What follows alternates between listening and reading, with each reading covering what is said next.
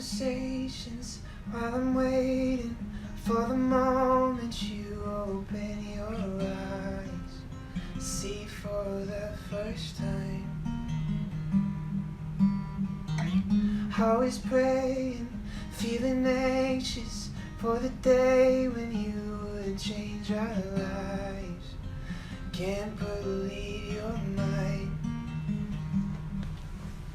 And I'll be there when you're older, when your heart is broken, to catch you every time. And I'll be there through the changes, all the painful phases in this thing called life. And even when you push me away, know that I am by your side. I'll be there to carry the weight, so you can sleep at peace tonight. Laid out here, I have a lot of the different objects that were on the cover of the album of Souvenir.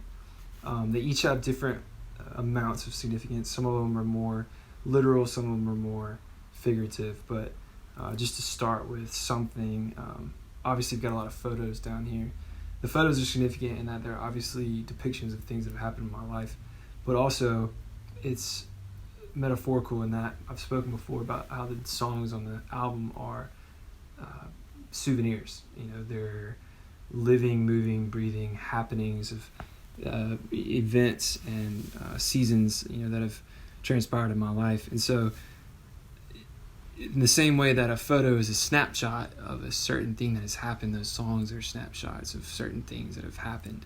And in the same way, I can go back and listen to these and relive things in the same way that I can look at a photo and relive a certain time in my life. So most of the stuff here is stuff from my childhood, stuff that depicts me as an athlete, a reader, a chess player, a musician, a soccer player, a lot of athletics, a lot of chess club, a lot of chess tournaments, a lot of different things that I feel like just kind of make up who I am as a person.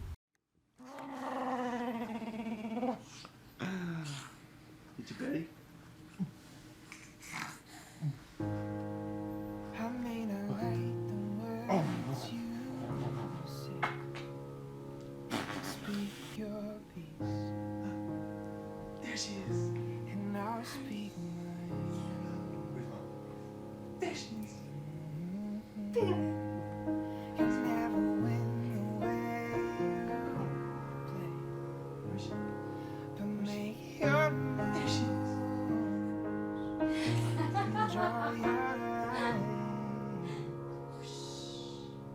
I just wanna know if it is or you're mine. Let me down slow. If it's his arms you wanted to hold you in the middle of the night when it's cold, break my heart, save my soul. Should've known it from the start. All along, it was his heart he wanted to hold you tonight. Oh, that's a great picture right there. This is me and one of my best friends. Kind of got like a Little Rascals vibe going on there. That's pretty great. Most of these other ones are just like old sports related, like high school related stuff, playing games. It's just such a huge part of growing up. I mean, for the longest time, the only thing that I wanted to do was be an athlete, even though I had all these other interests, music included, and I've always been big into academics and things like that. But sports was always kind of where I got the most excitement out of life. I really love to compete. And now, it's fun to be able to look back on some of these photos. Just me playing ball. Those are definitely some great times. I played a lot of stuff, but professional soccer was kind of my primary dream. I think that soccer was what I was best at too, so that was probably the most likely scenario for me if I wanted to do professional sports. But it was like one day I just woke up, when I was 17 or 18, I just didn't want to play soccer anymore. And that was weird because I didn't really have a plan B. I ended up going to college and playing football for a year, but then I had to stop doing that as well after a series of events, one of which was a pretty significant head injury that really put a lot of things into perspective for me as a person. But ultimately that's what led to me playing music on a consistent basis. I'd been playing since I was 10, but I'd never really played consistent shows and gigs. And I want to say that like 2 weeks after I was done playing football, I was out in the Cotton District up at Mississippi State, and I got asked to play a gig like 2 weeks later. And I ended up playing probably like 50 shows at that place over my entire college career, as well as a bunch of other spots. But that was really the beginning of me going out and actually gigging and playing shows and making money off of music.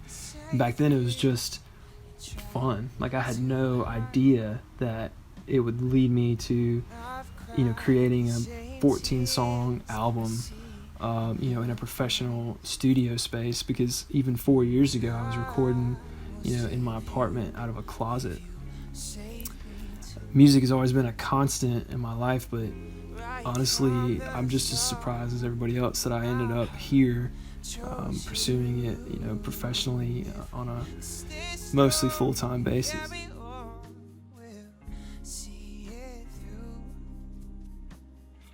Souvenir as a whole is written about primarily experiences and life events that transpired whenever I was in college. And so if you're looking at this match, if you're looking at the way it's set up, it's really beginning in the summer of 2011. So that first move is really me moving out on my own for the first time, away from home, and going to Mississippi State and walking on the football team. And the next move you see is the black piece moving directly in front of me, and that I think symbolizes the fact that the immediate obstacle I was faced with in that scenario was that I'd really taken on a pretty large challenge in going to a SEC Division I football program as a 170-pound kid. There was a significant change in that I suffered an injury that really took me out of the game for a while and made me completely and totally have to rethink how I was going to move forward. I had this whole idea of what college was going to be like, and when you're talking about spring of 2012, things were very different. I suffered a concussion that was so much more severe than anything I'd ever experienced before in my life, that I really had to take a step back and think to myself, is this really worth it?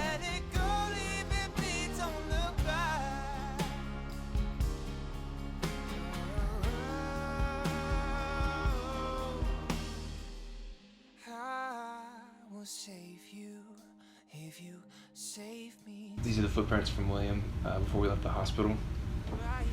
It's funny now because they look so small and his feet are actually enormous. He has huge hands and feet, like his pops. Yeah, this is from the day that he was born as well. What's funny is that we actually didn't have a name for him for 2 days. We had been going back and forth between a couple of different names, and William was obviously one of them, and then Joseph was the other one. And he came out and he had this jet black hair and this kind of darker features, and for some reason something clicked in my brain. I was like, he looks like a Joseph to me. And so we at that point were split. Colette still wanted to call him William. I was leaning more towards Joseph. And so the nurses kept coming in and saying, what's his name? They needed his name for like paperwork and social security stuff, and we did not have a name for him yet. So I kept saying, come back tomorrow, we'll have a name then. And we eventually decided on William for a few different reasons. My great-grandfather's name was William Power, and he was kind of a legend, in our family.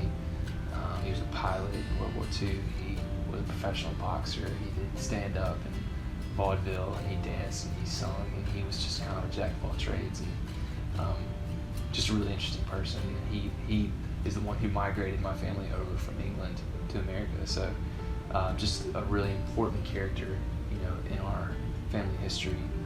And also William means protector, it means guardian. And him being the oldest and being a boy, we know that, as he grows and we have more children, that he is going to be that guardian and that protector. So that's really why we decided to go forth with that name. But the funny thing is that this sat in the room for a few days, and it just said Clark Power, and we didn't have a first name yet. So I just thought that was really, really funny. This is just a little toy that he has. My parents gave this to him. I just really loved the inscription on it.